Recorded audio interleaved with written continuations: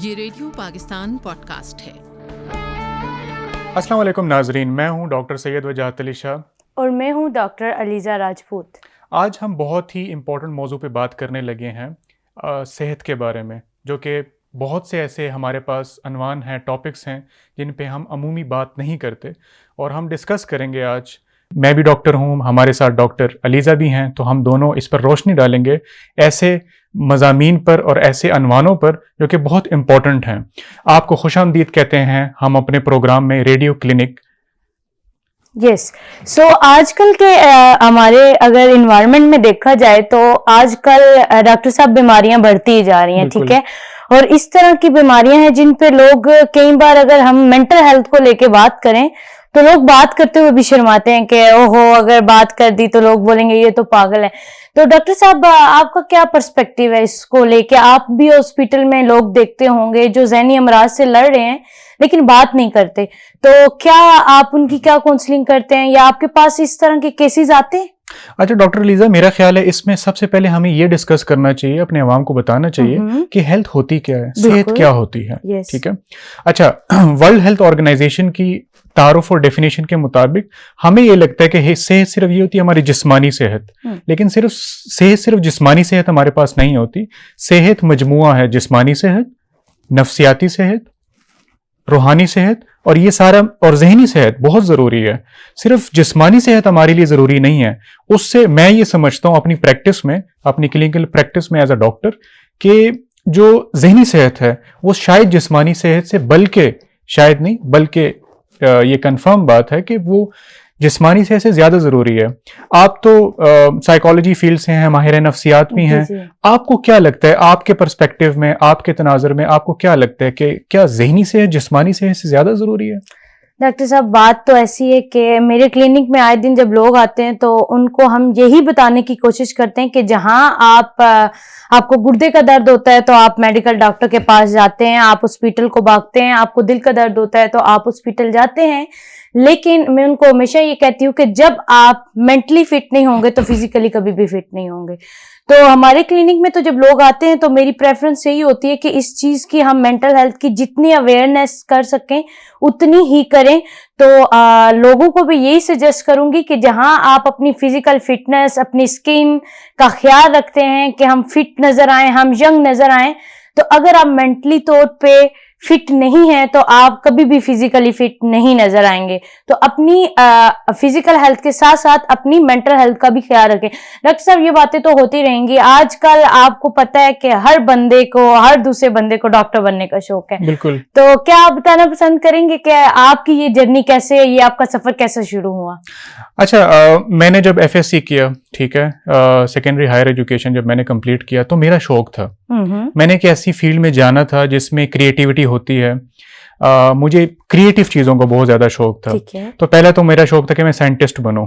ठीक है। तो साइंटिस्ट नहीं बन पाया। उसके बाद फिर मुझे ऐसी एक फील्ड सेलेक्ट करनी थी जिसमें क्रिएटिविटी हो, रिसर्च बहुत ज़्यादा हो। तो फिर मैंने एक्सप्लोर किया थोड़ा सा उस चीज़ को, तो मैंने देखा कि जो मेडिसिन है ये एक बहुत बड़ी दुनिया है। जो मेडिकल साइंस है वो एक बहुत बड़ी दुनिया है और डॉक्टर बनना एक एजाज भी समझा जाता है ऑब्वियसली। तो फिर इस वजह से मैं इस फील्ड में आया। लेकिन अपनी ऑडियंस को मैं ये बताना चाहूंगा कि MBBS ही सब कुछ नहीं होता। ठीक है। मेडिकल साइंस में सिर्फ MBBS नहीं आता। ठीक है। आपके पास बहुत सी ऐसी फील्ड्स हैं कि आप उसमें अपना, अगर आपको मेडिकल साइंस में, अब हमारे बहुत से बच्चे हैं जो कि अनफॉर्चुनेटली सेलेक्ट नहीं हो पाते, ठीक है, मेडिकल कॉलेजेस में, क्योंकि जाहिर है कुछ लिमिटेड सीट्स होती हैं हमारे पास, ठीक है, और उसमें लिमिटेड लोग ही सेलेक्ट होने हैं, तो वो मायूस हो जाते हैं। ठीक है। वो कहते हैं कि अब तो हम डॉक्टर नहीं बन सकते। लेकिन आपको खुशखबरी देना चाहूँ कि अगर आप MBBS नहीं करते फिर भी आप डॉक्टर बन सकते हैं। ऐसे बहुत से कोर्सेज हैं। ऐसे मैम आपके पास आपके सामने बैठी हैं, वो एक एग्जैक्ट एग्जांपल है। मैम ने साइकोलॉजी की है, psychologist is also a doctor. अच्छा, एक होता है हमारे पास डॉक्टर ऑफ फिजिकल थेरेपी, वो भी डॉक्टर्स होते हैं। ठीक है। आप रेडियोलॉजी कर सकते हैं, आप ऑप्टोमेट्री कर सकते हैं, आप इसमें बहुत सी फील्ड्स हैं, आप वो कर सकते हैं। और अगर आपको मेडिकल साइंस में लोगों की सर्विस प्रोवाइड करने का शौक है तो आप उस चीज में स्पेशलाइज्ड होके आप अपनी सर्विसेज दे सकते हैं और स्टिल आप डॉक्टर होंगे इन दैट थिंग। सो अच्छा, आपका क्या इसमें पर्सपेक्टिव है? आपने हमारी यंग जनरेशन में क्या देखा है कि एक ब्रेन ड्रेन का कॉन्सेप्ट है, ठीक है, कि ठीक है बस डॉक्टर ही बनना है या तो इंजीनियर ही बनना है या तो वकील ही बनना है, प्रोफेशनल डिग्रीज, अगर इसमें नहीं हुआ तो बस ठीक है, फ्यूचर हमारा फिर नहीं होगा। आपका क्या कहना है माहिर एज अ माहिर नफ्सियात? आपके पास तो बहुत से मरीज आते होंगे हमारी यंग जनरेशन से, यंग लोग भी आते होंगे और बड़े मायूस होते होंगे। बिल्कुल डॉक्टर साहब, ऐसा ही है, आते हैं बड़े मायूस हो गए कि एमबीबीएस का हमारा टेस्ट पास नहीं हुआ, हमने तो डॉक्टर ही बनना है। इसमें मैं कई हद तक सोसाइटी का बहुत बड़ा हाथ है। अगर हमारे बच्चे ना मायूसी की तरफ हैं तो उसमें सोसाइटी का और फैमिली प्रेशर बहुत ज्यादा है। ताया का बेटा डॉक्टर बन गया, ओहो तुम नहीं बनी या तुम नहीं बने। तो जब ये कंपैरिजन आता है तो बच्चों को लगता है कि डॉक्टर लफ्ज साथ लगना ही एक बहुत ही एजाज की बात है। ऑब्वियसली एजाज की बात है और हम मानते हैं कि डॉक्टर वसीला होते हैं।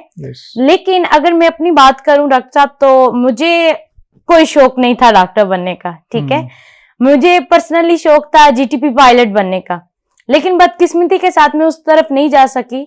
तो मुझे लेकिन बचपन से ये शौक था कि लोग क्या सोचते होंगे, कैसे बात करते होंगे, ये ऐसा क्यों कर रहे हैं, ये मैं जानूं लोगों को।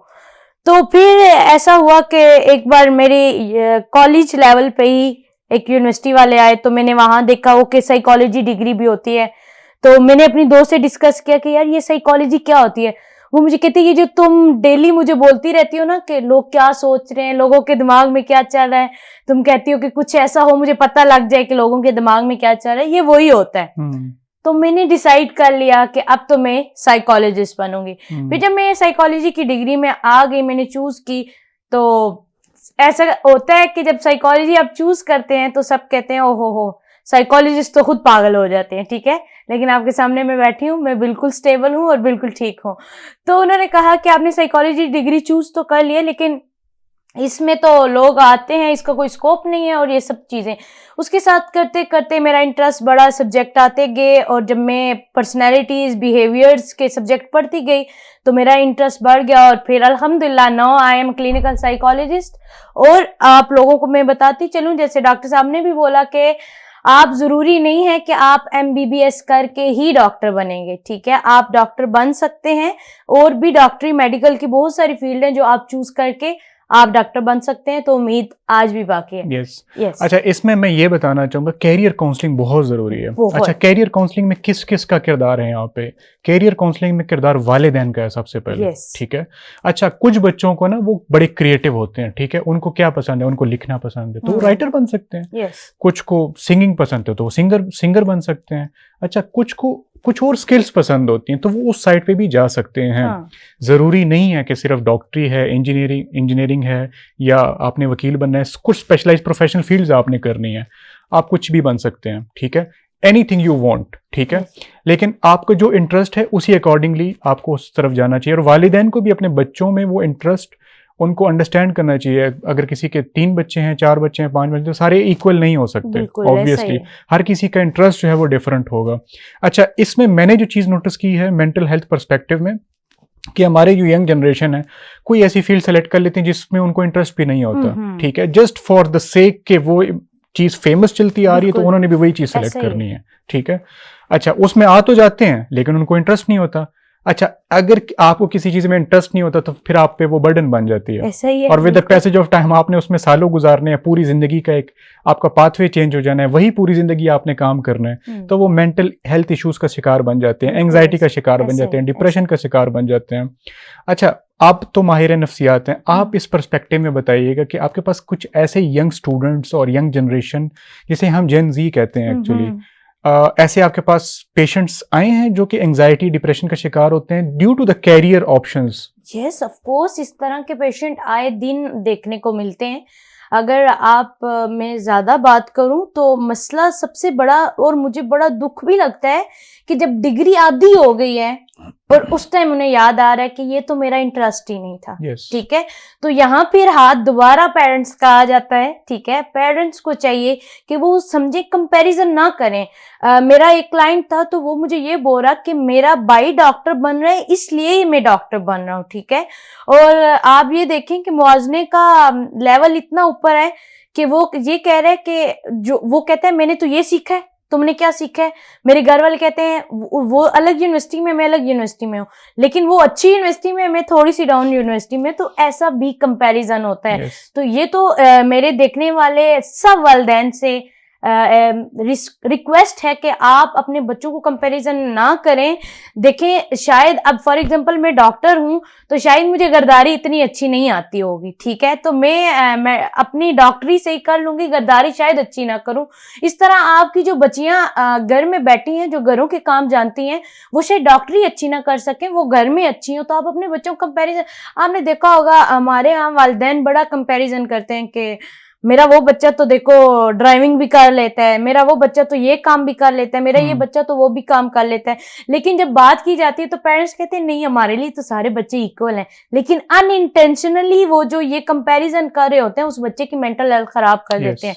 लास्ट टाइम डॉक्टर साहब मेरे पास एक बच्चा आया और वो सॉफ्टवेयर इंजीनियरिंग कर रहा था और उसका सेकंड सेमेस्टर था, लड़का था, और आप यकीन नहीं करेंगे वो रो रहा था मेरे सामने। तो मैंने उन्हें कहा कि बेटा आप क्यों आप रो रहे हो। उसने कहा मुझसे पढ़ा ही नहीं जा रहा। मैंने कहा पढ़ा क्यों नहीं जा रहा आपसे। उन्होंने कहा कि मैंने कहा तो आपने ये चूज ही क्यों की सॉफ्टवेयर इंजीनियरिंग। उन्होंने कहा मेरे वालिद साहब ने कहा है कि तुमने इंजीनियर बनना है। Yes. क्योंकि मेरे ताया अबू का बेटा है, वो दुबई होता है, वो सॉफ्टवेयर इंजीनियर है और वो इतने लाख कमा रहा है। तो मुझे भी इसलिए बनना है, मुझे कोई इंटरेस्ट नहीं है इसमें। तो अब मुझसे पढ़ा नहीं जा रहा। और आप यकीन करें, मैंने जब उनके कुछ टेस्ट किए तो एंजाइटी, स्ट्रेस, ये सब चीजें उनकी, और वो डिप्रेशन की तरफ जा रहे थे। तो इस बात पे हमें बड़ा ख्याल रखना चाहिए। यस। अच्छा, यहाँ पे इस पे अब जो आपने बहुत इंपॉर्टेंट पॉइंट बताया कि कंपैरिजन बच्चों को किया जाता है, यहाँ पे एक इंपॉर्टेंट पॉइंट है जनरेशनल गैप। ये हम ऑडियंस को बताना चाहेंगे कि हमारे जो बड़े, हमारे जो वालिदैन हैं, ठीक है, वो एक मिलीनियल जनरेशन से बिलोंग करते हैं। हमारी जो जनरेशन है वो है जेन ज़ी। अब दोनों में डिफरेंस है। ऐसा है। अब दुनिया मुख्तलिफ अदवार से गुजरी है। ठीक है, अब दुनिया में अब जो हमारी जनरेशन चल रही थी ऑब्वियसली वो है इंफॉर्मेशन एज। अब आगे आर्टिफिशियल इंटेलिजेंस की एज आ गई है। अब जो हमारी जनरेशन है ये ज्यादा अवेयर है आर्टिफिशियल इंटेलिजेंस और इंफॉर्मेशन से। लेकिन हमारे जो मिलीनियल्स जनरेशन, जो हमारे बड़े हैं, वो इस चीज़ से ज़्यादा अवेयर नहीं है। लेकिन इसमें गलती नहीं है। ऑब्वियसली मेरे कहने का ये मकसद नहीं है कि हम बेहतर हैं वो कम तर हैं, या वो बेहतर हैं या हम कम तर हैं। नो, इसका सोल्यूशन क्या है? इसका सोल्यूशन ये है कि दोनों को समझना चाहिए। दोनों जनरेशन को ये चीज़ समझनी चाहिए कि दोनों में फ़र्क है, दोनों का टाइम डिफरेंट है, दोनों का वक्त मुख्तलिफ है। और इसका सोल्यूशन सिर्फ एक ही है कि दोनों एक दूसरे के डिफरेंसेस को एक्सेप्ट करें। ऑब्वियसली नफ्सियात में भी ये चीज़ कहा जाता है कि आप मुख्तलिफ, घर में आपके भाई बहन होते हैं, आपके दोस्त होते हैं, डिफरेंट काइंड ऑफ रिलेशनशिप्स होते हैं। ठीक है, उसमें जब आप डिफरेंसेस को एक्सेप्ट करते हैं तो आपके जितने भी ताल्लुकात होते हैं वो अच्छाई की तरफ बढ़ते हैं। अच्छा, इस पर्सपेक्टिव में एक तो एक्सेप्टेंस का पर्सपेक्टिव आ गया इसमें, और इस वजह से भी हमारी जनरेशन में काफ़ी लोग, हमारी जनरेशन बल्कि हमारी जनरेशन फिर उनको अंडरस्टैंड नहीं कर रही। ठीक है, तो वो भी एंजाइटी और डिप्रेशन और मेंटल हेल्थ इश्यूज में जा रहे हैं और हमारी जनरेशन भी जा रही है। एक्सेप्टेंस तो एक इसका एक सोल्यूशन है। आप क्या कहते हैं एज अ माहिर नफ्सियात? ठीक है, आपके पास ओल्ड एज पेशेंट्स भी आते होंगे, वो जनरेशन वाले पेशेंट्स जो कि मिलीनियल्स हैं, हमारे बड़े हैं। ठीक है, what is the solution for this? क्या सोल्यूशन है इस चीज़ का कि दोनों जनरेशन एक दूसरे को अंडरस्टैंड करें, बिकॉज टाइम डिफरेंस बहुत ज्यादा आ गया है। सोल्यूशन तो डॉक्टर साहब आपने बता दिया कि एक्सेप्टेंस ना, तो एक्सेप्टेंस आने में भी बड़ा टाइम लगता है। हम एकदम से एक्सेप्ट चीज़ों को नहीं कर सकते। लेकिन मेरी बच्चों से ये रिक्वेस्ट है, देखें आप तो यंग हैं, आपकी सोच हम बदल सकते हैं, लेकिन हमारे वालिदैन जो एक ज़िंदगी गुजार चुके हैं, सबके वालिदैन 50-50 या 50 से अबव तो होंगे। अब एक 50 साल की सोच जो है ना तब्दील नहीं कर सकते, या 50 साल की एज में आप एक नई सोच नहीं डाल सकते। तो यहाँ मेरी बच्चों से थोड़ी सी गुजारिश है कि जहाँ वालिदैन ने आपके साथ बचपन में इतना कंप्रोमाइज किया है, अब यहाँ थोड़ा सा अगर आप ज्यादा कंप्रोमाइज कर लें तो मुझे लगता है कि इस मसले का सोल्यूशन हल हो जाएगा। डॉक्टर साहब, ये बातें तो चले हो गई, आजकल आप अपने हॉस्पिटल में ज्यादातर जो मरीज हैं वो किस बीमारी से रिलेटेड आ रहे हैं आपके पास? अच्छा, आजकल तो मुख्तलिफ किस्म की बीमारियों के साथ मरीज हमारे पास आ रहे हैं। अच्छा, इसको हम डिवाइड, अगर हम स्पेसिफिक बात करें मेंटल हेल्थ से रिलेटेड, अगर आपके पास किस तरह के मरीज आ रहे हैं? मेंटल हेल्थ जो यंग जनरेशन आ रही है हमारे पास, ठीक है। अच्छा, यंग जनरेशन में जितनी भी हमारे पास मरीज आ रहे हैं उनकी अटेंशन बहुत कम है, उनका अटेंशन स्पैन बहुत कम है। आजकल जितने भी हमारे पास यंग पेशेंट्स आ रहे हैं, ठीक है, कोई सोशल एक्टिविटीज नहीं है उनकी, घर से बाहर नहीं निकलते, हर टाइम सोशल मीडिया यूज कर रहे होते। जब उनकी हम हिस्ट्री लेते हैं, हाँ, ठीक है, तो उनकी हिस्ट्री में ये आता है कि उनका जो मोबाइल का स्क्रीन टाइम होता है, ठीक है, वो घंटों पर होता है, 10 घंटे दिन में, 12 घंटे दिन में। अब ये देखें इसका हमारे दिमाग पे क्या असर पड़ रहा है। हमारा दिमाग मफलूज हो रहा है, बिल्कुल इस लिहाज से, ठीक है, हमारा दिमाग कमजोर हो रहा है इस लिहाज से, हमारा दिमाग आदी हो रहा है सोशल मीडिया का, बिल्कुल उस लिहाज से। तो इस वजह से हमारी यंग जनरेशन में प्रॉब्लम आ रही है ओवर थिंकिंग की, एंजाइटी की। और आप यकीन करें 20 से 25 साल की एज में, आप कितनी यंग एज है, इसमें उनको बड़ा एनर्जेटिक होना चाहिए, उनको बड़े एक्टिविटीज करनी चाहिए, but still they are in a depression. वो डिप्रेशन में है, ठीक है, क्यों ये सारा। अच्छा, वो कहते हैं ना कि excessive use of anything is bad, ठीक है, किसी भी चीज का ज्यादती जो है वो बुरी है, ठीक है। तो सोशल मीडिया भी बहुत अच्छा है, सोशल मीडिया के अच्छे यूज भी हैं, आप मोबाइल का यूज भी बहुत अच्छा है, लेकिन अगर आप ज्यादा यूज करेंगे ऑब्वियसली आपके दिमाग को ये चीज अफेक्ट करेगी, ये एक एडिक्शन की तरह काम करती है। तो ये हमारे पास पेशेंट्स बहुत ज्यादा आते हैं। ओल्ड एज से हमारे पास पेशेंट आते हैं, वो तो मुख्तलिफ बीमारियों के होते हैं, जैसे ओल्ड एज में आजकल जो प्रॉब्लम्स हैं अबव 60, वो अल्जाइमर डिजीज है, शॉर्ट टर्म मेमोरी लॉस, उनको प्रॉब्लम्स होती हैं, वो तो आते हैं, वो तो एक मेडिकल रीजंस के साथ आते हैं। लेकिन यंग जनरेशन की बात करें तो यंग जनरेशन में ये प्रॉब्लम्स बहुत ज्यादा हैं। ये तो है, ये बिल्कुल है। अगर डॉक्टर साहब मैं बात करूं तो मेरे क्लिनिक में आए दिन जो मैं ऑब्जर्व कर रही हूँ, इस टाइम पे ओसीडी टॉप लेवल पे चल रहा है, ठीक है। ओसीडी हर बंदे को वहम शक शुबा, अगर कॉमन वर्ड्स में मैं यूज करूं लोगों को समझाने के लिए, कि हर टाइम का वहम शक शुबा ओसीडी डिसऑर्डर के साथ आ रहे हैं। उसके साथ साथ डिप्रेशन और बच्चों में ऑटिज्म के साथ बहुत सारे लोग आ रहे हैं। अब तो एक वर्चुअल ऑटिज्म आ गया। वर्चुअल ऑटिज्म अपनी ऑडियंस को बताती चलो कि वर्चुअल ऑटिज्म ये है जब आपका बच्चा, छोटा बच्चा all the time mobile, screen time उसका ज्यादा है, वो 7 से 8 घंटे कुछ भी होता है सिर्फ मोबाइल देखता है, खाते पीते। आजकल के तो आपको पता है वालिदैन ने भी ये सिस्टम बना दिया है, सामने कार्टून लगे हुए हैं और बच्चा खा रहा है और उसे कुछ पता नहीं है वो क्या खा रहा है, बस वो कार्टून देख रहा है। तो जितना आप अपने बच्चों की स्क्रीन टाइमिंग ज्यादा कर रहे हैं, ये एक अलार्मिंग सिचुएशन है इस टाइम पे कि इस जनरेशन का हर बच्चा, हर दूसरा बच्चा ऑटिज्म की तरफ जा रहा है, ठीक है। और जब ऑटिज्म की तरफ जाते हैं तब वालिदैन को पहले समझ ही नहीं लग रही होती, डिले स्पीच आ रही है एंड ऑल द थिंग।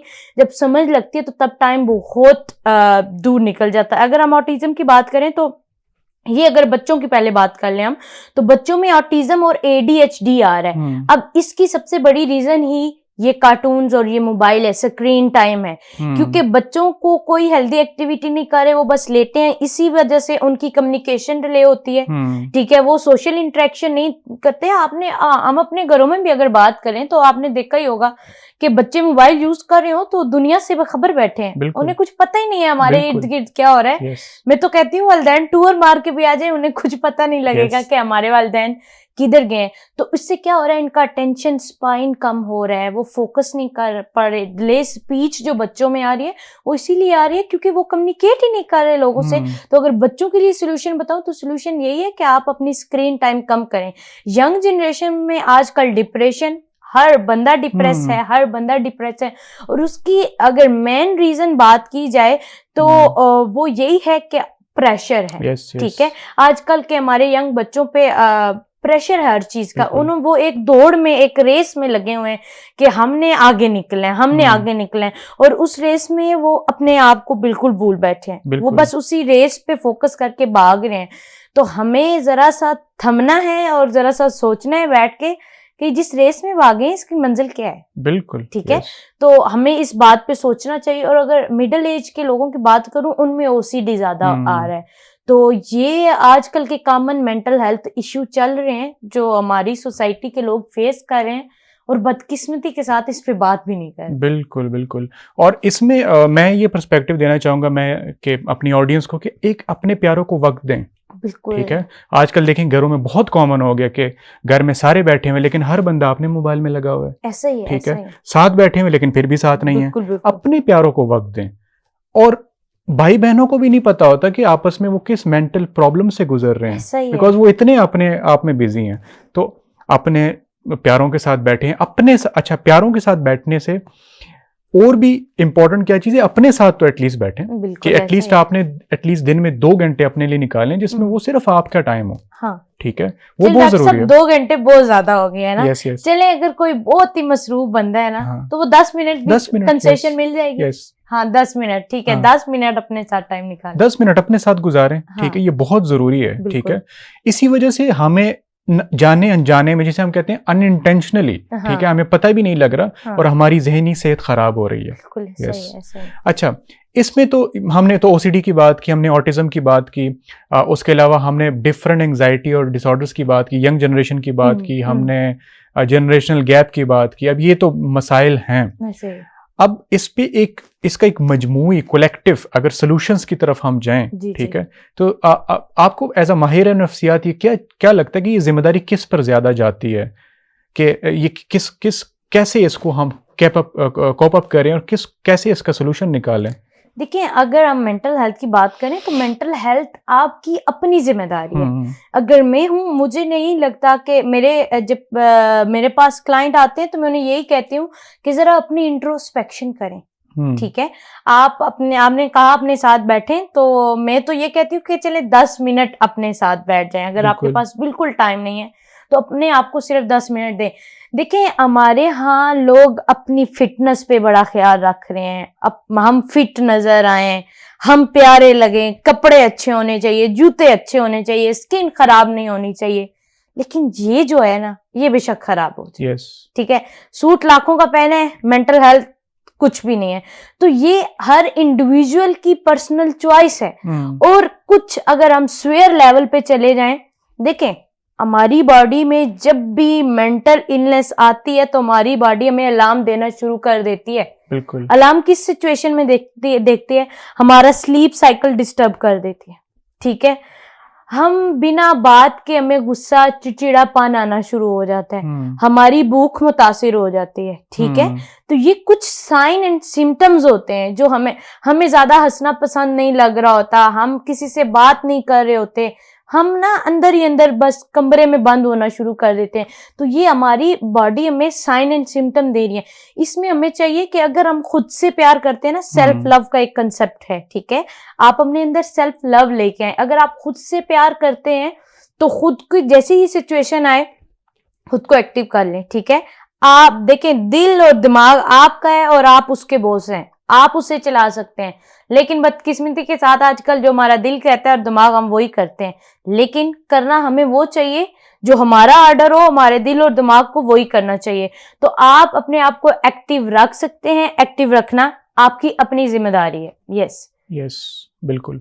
अच्छा, इसमें ये पर्सपेक्टिव मैं बताना चाहूँगा कि अच्छा, जितना मैंने एक अंदाज़ा लगाया है कि जितनी मेंटल हेल्थ डिसऑर्डर्स हैं हमारे पास, एंजाइटी, डिप्रेशन, ओसीडी जैसे आपने बात की, और जो कि माशरे की वजह से बनती हैं। ठीक है, इसमें पहले ये समझना बहुत ज़रूरी है हमारी ऑडियंस को कि आप पहले अपने शख्सियत को समझें। ऐसा ही, ठीक है, आप उसको थोड़ा सा अंडरस्टैंड करें, थोड़ा सा पढ़ें कि आप किस शख्सियत के मालिक हैं, इससे क्या मुराद है।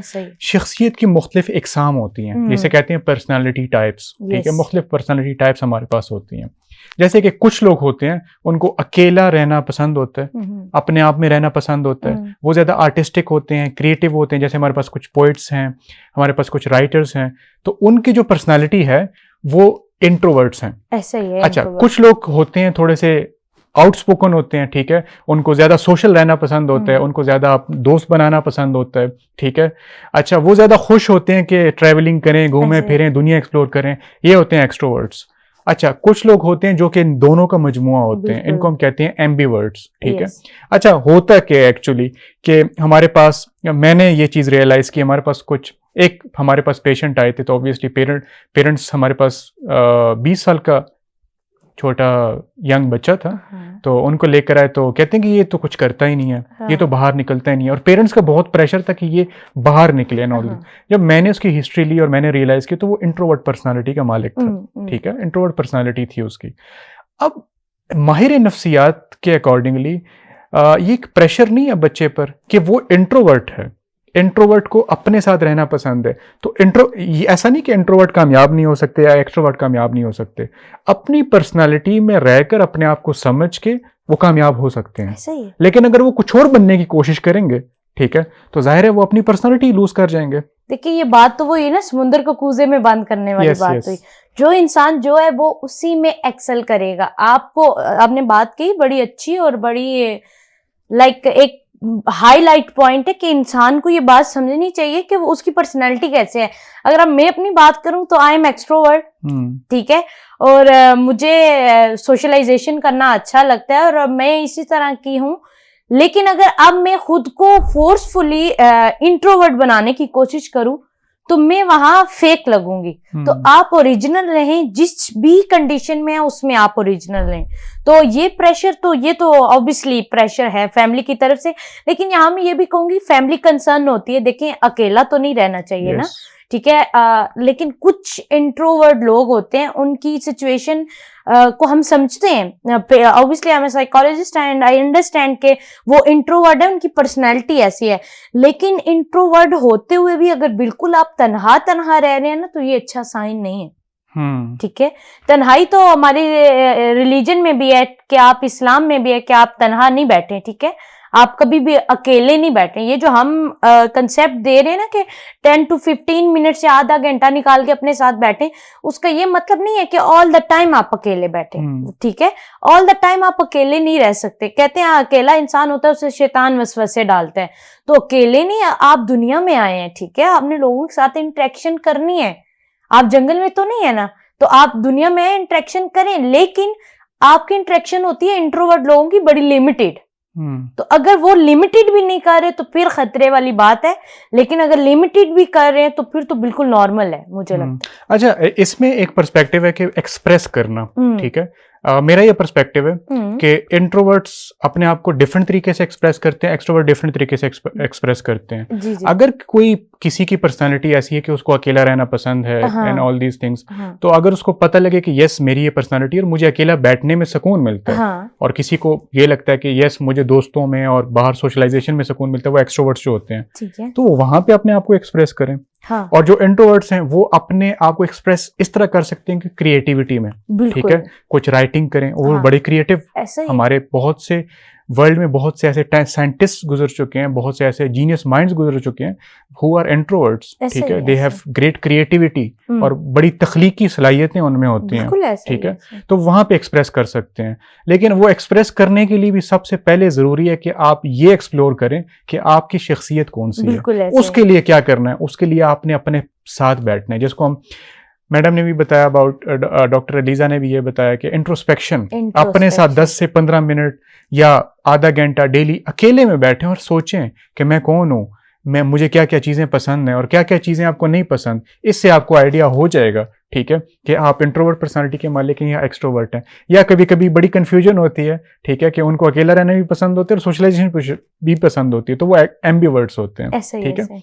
अच्छा, ये चीज़ है ना, ये बहुत सी छोटी सी चीज़ें लगती हैं, लेकिन जब अपने आप को हम नहीं समझते, ये अल्टीमेटली हमारी पर्सनालिटी पे, हमारी ज़िंदगी पे, हमारी रोज़मर्रा ज़िंदगी पे, पर्सनल ज़िंदगी पे, रिलेशनशिप्स पे, हर फैक्टर पे हमें जब बड़ा इफेक्ट करती हैं, एक कंफ्यूजन में डाल देते हैं। आप उस साइकिल में फंसते जाते हैं और आपको कुछ नजर नहीं आ रहा होता कि हमने किस सोल्यूशन की तरफ जाना है। तो ये लाइफ में जो चीजें जब आती हैं तो इंसान बड़ा तंग सा हो जाता है। जब तंग होता है फिर गुस्सा भी करता है, इरिटेट भी होता है, उसे कुछ अच्छा भी नहीं लग रहा होता। तो जब ये चीजें, और फिर घर वाले समझते हैं कि ये तो हो गया पागल। हमारे यहाँ ना ये बड़ा गलत कंसेप्ट है। जो बंदा गुस्सा कर रहा है ना, वो थोड़ा सा स्वे लेवल का अग्रेसिव, कहते हैं ये पागल हो गए।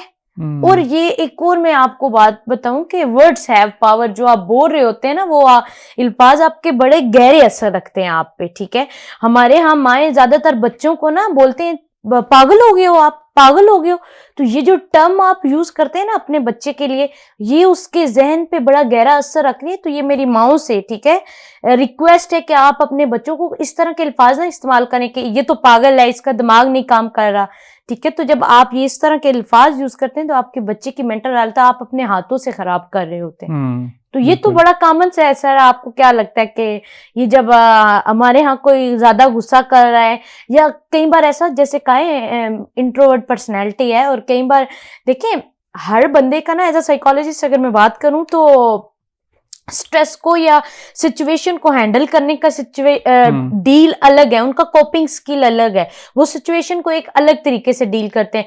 कुछ लोग ऐसे होते हैं जो वो अपनी बात रो के एक्सप्रेस कर लेते हैं या उन्हें रोना पसंद होता है। कुछ लोग ऐसे होते हैं उन्हें गुस्सा आया है या वो थोड़े से परेशान है तो वो कमरे में जाके बैठ जाएंगे, थोड़ा सा अपने साथ टाइम गुजारेंगे, उसके बाद स्टेबल हो जाएंगे।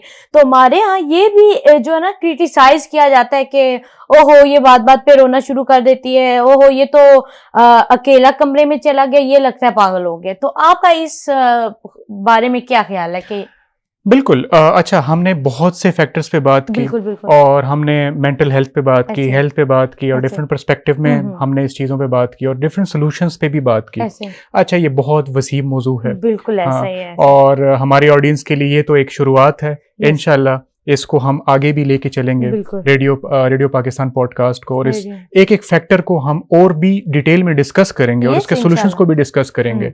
और जो लोग बस लास्ट एक वन मैसेज मेरी तरफ से और आपकी तरफ से भी, जो लोग स्टक हैं अपनी जिंदगी में, परेशान हैं, ठीक है, कि एंजाइटी है, डिप्रेशन है, हम निकल नहीं पा रहे किसी सिचुएशन से, तो आप लोगों को मैं ये बताना चाहूँ कि न्यूरो साइंस रिसर्च ये कहती है कि आपका दिमाग पूरी जिंदगी चेंज होता है।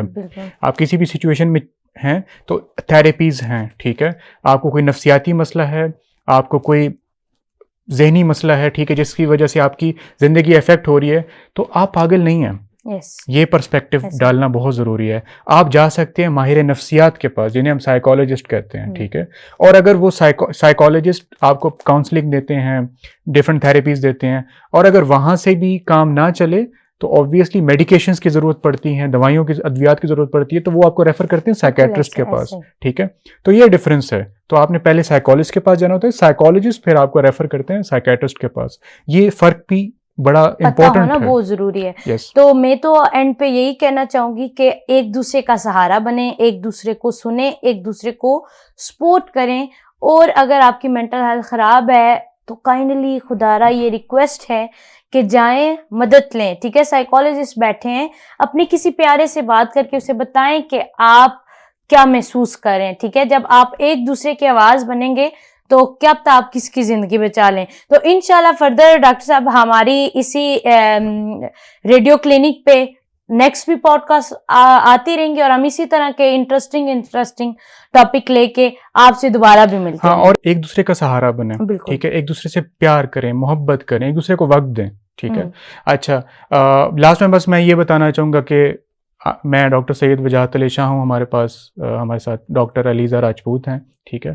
हमारी एक अपनी कम्युनिटी भी है जिसका नाम है KMU वॉलंटियर हब। उसमें डिफरेंट स्टूडेंट्स हैं हमारे साथ, ठीक है, और उसमें आप लोग भी हमारा हिस्सा बन सकते हैं, ठीक है। वो उसका मकसद सिर्फ प्रोग्रेस है और ग्रोथ है लोगों की, और डिफरेंट फील्ड्स है हमारे पास, और ये सिलसिला इंशाल्लाह चलता रहेगा। और आप बहुत ख्याल रखें अपना। इंशाल्लाह नेक्स्ट पॉडकास्ट में फिर मुलाकात होती है आपसे। बहुत शुक्रिया। दुआ में बहुत याद रखें। फी अमानिल्लाह। अल्लाह हाफिज़।